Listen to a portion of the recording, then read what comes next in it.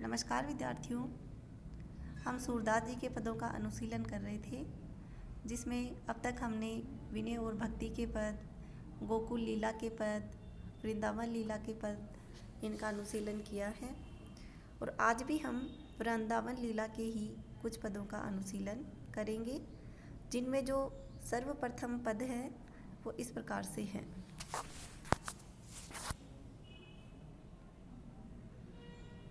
मुरली तऊ गोपाल ही भावती, सुनिरी सखी जदपि नंदलाल ही नाना भांति नचावती। राखती एक पाई ठाडो करी, अति अधिकार जनावती। कोमल तन आज्ञा करवावती, कटी टेढ़ी हवे आवती। अति आधीन सुजान कनोड़े, गिरिधर नार नवावती। आपुन पोढ़ी अधर सजा पर, कर पल्लव पलुटावती। भ्रकुटी कुटिल नैन नासा पुट, हम पर कोप करावती। सूर प्रसन्न जानी एको छिन, धरते तीस डुलावती। प्रस्तुत जो पद है वो भक्त कवि सूरदास जी द्वारा रचित वृंदावन लीला से संबंधित है। इसमें मुरली की महिमा का बड़ा ही रोचक वर्णन किया गया है। श्री कृष्ण को मुरली अत्यधिक प्रिय लगती है और वे उसे बजाने में इतने तल्लीन हो जाते हैं, इतने खो जाते हैं कि गोपियों की तरफ भी नहीं देखते हैं।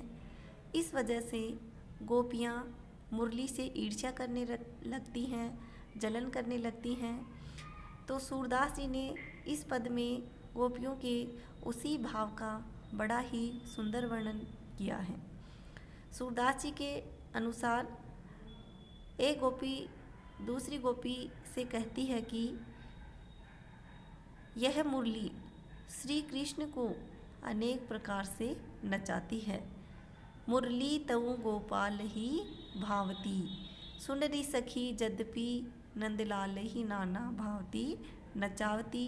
कि ये मुरली श्री कृष्ण को अच्छी लगती है और ये श्री कृष्ण को अनेक प्रकार से, नाना भांति यानी विविध प्रकार से, जो नंद के लाल है श्री कृष्ण, उनको अनेक प्रकार से नाच नचवाती हैं, यानी उनको कष्ट देती हैं। फिर भी यह मुरली श्री कृष्ण को बहुत ही अच्छी लगती है। यह बड़े आश्चर्य की बात है। राखती एक पाई ठाडो करी, अति अधिकार जनावती। कि ये जो मुरली है ये श्री कृष्ण को एक पांव पर खड़ा रखती है और श्री कृष्ण पर अपना अधिकार जताती है। कहने का तात्पर्य यह है कि जब श्री कृष्ण मुरली बजाते हैं तो वो तिरछे खड़े होकर एक पांव पर ही खड़े होते हैं, इसलिए गोपी ने ऐसा कहा है। कोमल तन आज्ञा करवावती, कटी टेढ़ी हवे आवती। कि जब श्री कृष्ण मुरली बजाते हैं तो ये मुरली अपने पूरे आदेशों का पालन करवाती है, क्योंकि श्री कृष्ण के कोमल शरीर से भी ये अपने आदेशों को पूरा करवाती है, जिससे उनकी कमर भी टेढ़ी हो जाती हैं। अति आधीन सुजान कनोड़े, गिरिधर नार नवावती। सुजान यानी चतुर। कि ये श्री कृष्ण तो इतने चतुर हैं, फिर भी ये इसके इतने अधीन और इसके इतने कृतज्ञ कैसे हो गए हैं, जो उसके सामने ही अपनी गर्दन हिलाते रहते हैं। अर्थात जब मुरली बजती है तो भगवान श्री कृष्ण कमर टेढ़ी करके एक पांव पे खड़े होते हैं और मुरली बजाते हैं तो उनकी गर्दन भी हिलती है। आपुन पोढ़ी अधर सजा पर, कर पल्लव पलुटावती। भ्रकुटी कुटिल नैन नासा पुट, हम पर कोप करावती। कि वो गोपी दूसरी गोपी से कहती है कि ये मुरली ये इतनी चतुर है कि ये स्वयं तो श्री कृष्ण की होठों की सेज पर सोती है, और जो हमारे श्री कृष्ण कमल के समान कोमल हैं, उनसे अब उनके हाथों से अपने पांव दबाती है। फिर भी इतना ही नहीं, श्री कृष्ण उस समय तो अपनी तिरछी बोहें व नाक के नथुने फड़काकर उसकी आज्ञा मानते हुए हम पर ही क्रोध करते हुए प्रतीत होती हैं।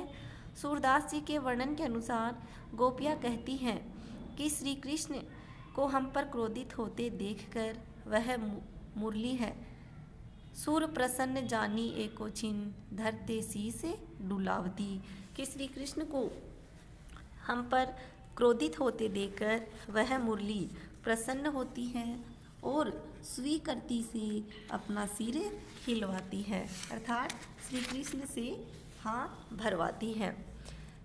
मुरली बजाते समय कृष्ण गर्दन, कमर व पाँवों का तिरछा करना, बाहों का कुटिल होना, नासों का फड़कना, ये स्वाभाविक क्रियाएं हैं, मगर इन क्रियाओं का उद्दीपन रूप में सुंदर चित्रण के साथ ही यहाँ सोतिया डाह की सुंदर अभिव्यंजना हुई है।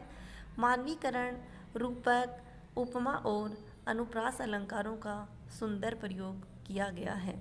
ब्रज भाषा का माधुर्य और भावानुवाद जो पद योजना है वो भी आकर्षक बन पड़ी है। आगे का जो पद है वो देखिए, यह है राधा कृष्ण जो संवाद है उनसे उद्धृत है। बूझत श्याम कौन तू गोरी, काह रहती काकी है बेटी, देखी नहीं कहूँ ब्रज खोरी, काहे को हम ब्रज तन आवती, खेलती रहती अपनी पोरी, सुनत रहत स्त्रवनी नंद टोढ़ा, करत फिरत माखन दधि चोरी, तुम्हारो कहाँ चोरी हम लेहे, खेलन चलो संग मिली जोरी, सूरदास प्रभु रसिक शिरोमणि, बातनि भुरई राधिका भूरी। ये जो अवतरण है ये सूरदास जी के राधा कृष्ण शीर्षक से उद्धृत है कि कृष्ण की एक बार अचानक ही राधा से भेंट हो गई तो उन्होंने राधा से उसका परिचय पूछा और कहा कि तुम तो कभी यहाँ दिखाई ही नहीं देती। तो राधा ने जो कहा कि हमारा ब्रज में कोई काम नहीं पड़ता है। इस प्रकार इस पूरे पद में राधा और कृष्ण की बातचीत का बड़ा ही सुंदर और रोचक वर्णन हुआ है। बूझत श्याम कौन तू गोरी, कृष्ण ने राधा से पूछा कि हे गोरी, तू कौन है और तुम कहाँ रहती हो? कहाँ रहती काकी है बेटी, देखी नहीं कहूँ ब्रज खोरी, कि तू कौन है, कहाँ रहती है और तू किसकी बेटी है? तुझे आज से पहले मैंने कभी ब्रज की गलियों में नहीं देखा। काहे को हम ब्रजतन आवती, खेलती रहती आपनी पोरी। तो इस पर राधा है वो श्री कृष्ण को क्या उत्तर देती है कि हम तो ब्रज की ओर आती ही नहीं हैं, इधर आने का हमारा कोई उद्देश्य या हमारा कोई प्रयोजन ही नहीं रहता और हमारी कोई व्यवस्था भी नहीं है कि हम इधर आएं। हम तो अपनी डोडी पर ही खेला करती हैं। सुनत रहती श्रवणनी नंद ठोडा, करत फिरत माखन दधी चोरी, कि राधा ने कहा कि हम तो यही सुना करते हैं कि ब्रज में जो नंद का लड़का है वो मक्खन और दही की चोरी किया करता है। तुम्हारो कहाँ चोरी हम लेहे, खेलन चलो संग मिली जोरी, कि कृष्ण ने कहा कि हमने तुम्हारा क्या चुराया है जो तुम हम पर चोरी का आरोप लगा रही हो। फिर उन्होंने कहा कि अब तो तुम हमारे साथ खेलने चलो। सूरदास प्रभु रसिक शिरोमणि, बातनि भुरई राधिका भोरी। सूरदास जी कहते हैं कि रसिकों में शिरोमणि, रसिकों में प्रमुख कृष्ण ने अपनी चतुरतापूर्ण बातों से भोली भाली राधा को बहला लिया और उससे खेलने की बात मनवा ली, अर्थात स्वीकार करा ली। यहाँ कवि ने राधा और कृष्ण के प्रथम मिलन तथा बाल सुलभ बातों का वर्णन किया है। अनुप्रास और परिक्रय अलंकारों का सुंदर प्रयोग हुआ है। अब इसके आगे का पद है वो देखिए। अद्भुत एक अनुपम बाग, जुगल कमल पर गजबर किरड़त, तापर सिंह करत अनुराग। हरि पर सरबर सब पर गिरिवर, फूल कुंज पराग। रुचित कपोत बसत ता ऊपर अमृत फल लाग। फल पर पुहुप पर पल्लव, ता पर सुख पिक मृग मदकाग। खंजन धनुक चंद्रमा ऊपर, ता ऊपर एक मणिधर नाग। अंग अंग प्रति और छवि, उपमा ताको करतन त्याग। सूरदास प्रभु पियो सुधारस, मानो अधरनी के बड़े भाग। प्रस्तुत पद भी सूरदास जी द्वारा रचित सूरसागर के जो संकलित पद हैं उनमें राधा कृष्ण लीला से संबंधित जो पद हैं उन्हीं में से एक है। इसमें कवि ने राधा के शरीर के विविध अंगों के उपमानों को ध्यान में रखकर एक बहुत ही सांग रूपक प्रस्तुत किया है, जिसमें उन्होंने बाघ का सांग रूपक लिया है। कवि वर्णन करते हुए कहते हैं कि अद्भुत एक अनुपम बाघ, जुगल कमल पर गजबर किरड़त, तापर सिंह करत अनुराग। कि राधा का शरीर एक आश्चर्यजनक अद्वितीय बाघ है, जहाँ दो कमलों पर हाथी क्रीड़ा कर रहा है। उसके ऊपर शेर अपना अनुराग व्यक्त कर रहा है।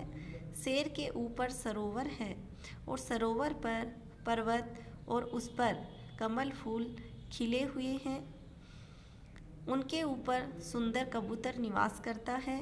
उसके ऊपर अमृत फल लगा है। फल पर फूल, फूल पर पत्ते और उनके ऊपर तोता और कोयल है।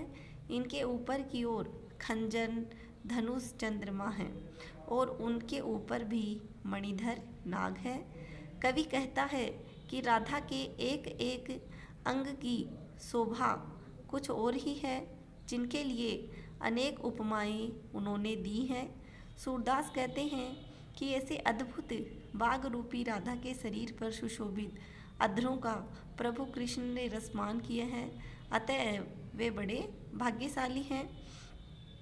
इस पद में सूरदास जी ने राधा के पैरों से लेकर क्रमशः ऊपर के अंगों के लिए उपमान प्रस्तुत किए हैं।